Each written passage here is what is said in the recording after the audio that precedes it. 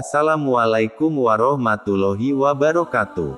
Sahabat ini Islam yang beriman. Setiap nabi pasti memiliki kisah berbeda. Ada sebagian yang rasional, atau bisa diterima dan dipercaya akal. Tetapi ada juga yang irasional, atau tidak bisa diterima akal pikiran, namun dipercayai dan diimani. Seorang nabi dan rasul pasti mempunyai mukjizat. Sedangkan pengertian dari mukjizat itu sendiri adalah kejadian luar biasa atau kelebihan di luar akal manusia, yang tidak dimiliki oleh siapapun, yang diberikan Allah kepada para nabi dan rasulnya. Tidak terkecuali dengan Nabi Bani Israel yaitu Musa AS, banyak sekali kisah keistimewaan yang dimiliki oleh Nabi Musa. Di antaranya yaitu, tangannya dapat mengeluarkan cahaya, tongkatnya dapat berubah menjadi ular dan dapat membelah lautan. Akan tetapi kali ini, kita akan mencoba membahas kisah perjumpaan Nabi Musa AS dan Nabi Khidir AS, kisah luar biasa yang sulit dinalar akal manusia. Nabi Khidir AS berperan sebagai guru bagi Nabi Musa AS, namun ajaran-ajarannya sangat bertentangan dengan ajaran Taurat. Lalu, bagaimanakah kisah perjumpaan Nabi Musa dengan Nabi Khidir tersebut? Mari kita bahas bersama di Ini Islam.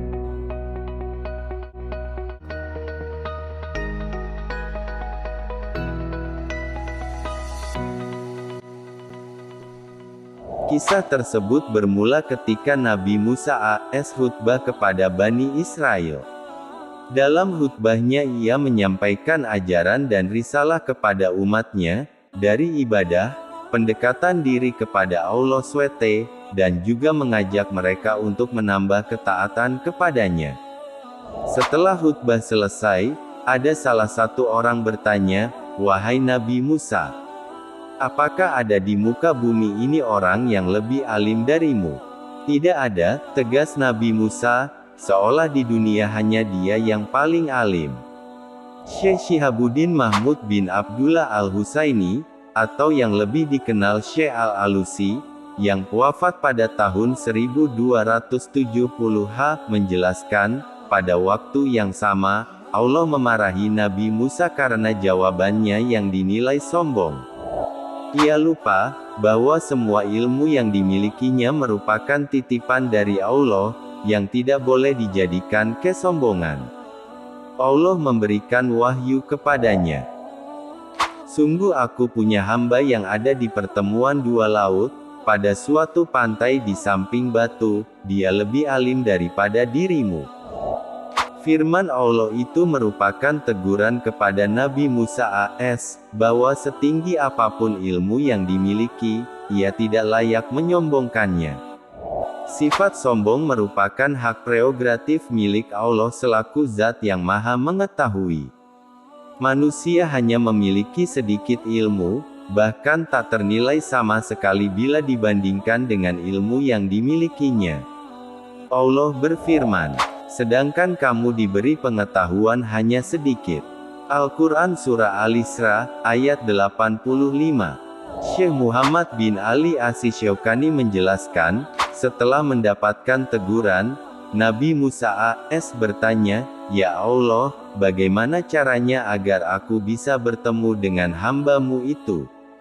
Allah menjawab, "Bawalah seekor ikan, kemudian letakkan di dalam keranjang dari daun kurma, maka apabila ikan tersebut melompat, maka disitulah hamba-Ku berada."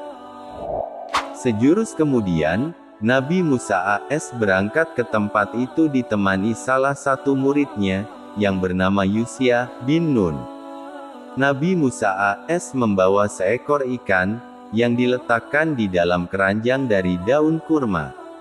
Keduanya berjalan kaki menuju tempat yang diperintahkan. Ketika sampai di sebuah batu besar, keduanya pun tertidur lelap. Tiba-tiba ikan dalam keranjang melompat keluar, lalu masuk ke air laut. Kejadian tersebut hanya dilihat oleh murid Nabi Musa AS sebagaimana diceritakan Al-Quran. Maka ketika mereka sampai ke pertemuan dua laut itu, mereka lupa ikannya, lalu ikan itu melompat mengambil jalannya ke laut itu.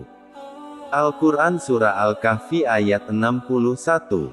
Saat itu, Allah menahan air yang dilalui ikan tersebut, sehingga menjadi seperti terowongan. Akhirnya mereka berdua melanjutkan perjalanannya siang dan malam. Namun rupanya murid Nabi Musa AS lupa memberitahukannya bahwa ikan telah melompat di tempat dilalui mereka. Pagi harinya Nabi Musa AS berkata kepadanya, "Bawalah kemari makanan kita. Sungguh kita telah merasa letih karena perjalanan kita ini. Tahukah Anda tatkala kita mencari tempat berlindung di batu besar tadi, sungguh saya lupa menceritakan ikan itu, dan tidak ada yang membuat saya lupa menceritakannya kecuali setan. Ikan itu telah mengambil jalannya ke laut, dengan cara yang sangat aneh," jawab murid. Kemudian Nabi Musa AS berkata, "Sebagaimana diceritakan, dia," Musa berkata, "itulah tempat yang kita cari." Al-Quran Surah Al-Kahfi ayat 64. Padahal, Nabi Musa alaihissalam dan Yusya bin Nun tidak pernah letih sebelumnya, namun ketika mereka berudah melewati lokasi yang seharusnya mereka berhenti, maka Allah menjadikan mereka berdua tiba-tiba capek, dan Musa pun tiba-tiba menjadi lapar. "Bawalah kemari makanan kita." Para ulama mengatakan, bahwa ini menunjukkan bahwa Musa dan pembantunya makan dari makanan yang sama. Oleh karenanya disunahkan, jika kita mempunyai pembantu, maka pembantu kita harus makan dengan makanan yang sama dengan yang kita makan. Dengan begitu kita menjadi seorang yang lebih rendah diri, dan lebih menghargai orang yang telah membantu meringankan pekerjaan kita. Kemudian firman-Nya, "Sesungguhnya kita telah merasa letih karena perjalanan kita ini." Ini menunjukkan bolehnya bagi seseorang untuk menyebutkan kondisinya, tapi bukan dalam rangka mengeluh.